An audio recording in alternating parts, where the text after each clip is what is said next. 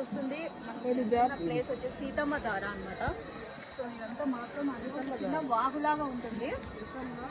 ఆ వాటర్ కూడా మనం తాగితే రోగాలన్నీ నయమైపోతాయి అని చెప్పేసి భక్తులు విశ్వసిస్తూ ఉంటారు. అండ్ చాలా మంది కూడా పూర్వము క్యానులు డబ్బాలు తెచ్చుకొని వాటర్ నింపుకొని వెళ్ళేవాళ్ళంట ఇంటికి. సో ఇప్పుడు మనం సీతమ్మ దార చూడడానికి వెళ్దాము.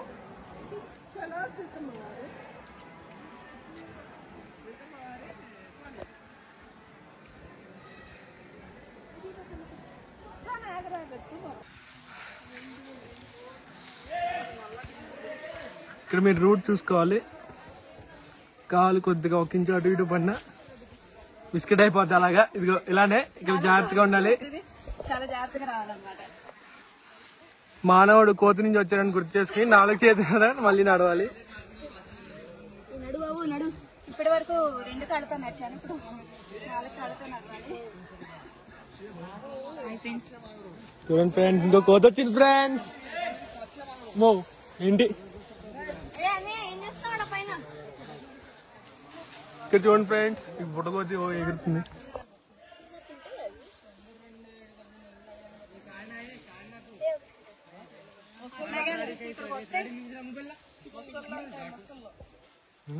అదిగో తిమింగలం.